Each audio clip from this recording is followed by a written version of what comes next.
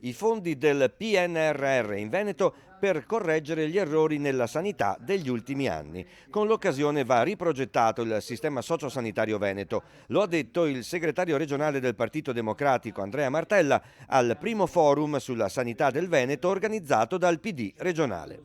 Avendo maggiore attenzione al territorio, ai servizi che i cittadini possono avere più da vicino con una maggiore integrazione sociale.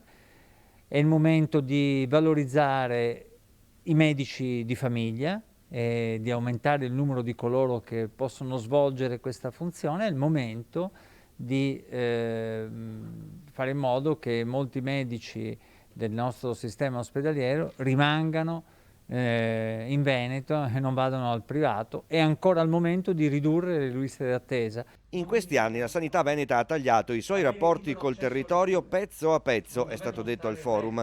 Il faro delle politiche sanitarie regionali sembra essere la riduzione della spesa e non la salute dei cittadini. Certo che le esigenze sono cambiate e anche i bisogni di salute, ma la garanzia dell'accesso è la premessa di tutto, perciò il sistema pubblico va rinforzato. E soprattutto con la consapevolezza che le spese in sanità sono un investimento per i cittadini del Veneto e sono anche una questione di democrazia, perché liste di attesa troppo lunghe o visite che devono essere pagate producono diseguaglianza e soprattutto producono un danno soprattutto ai cittadini che possono di meno.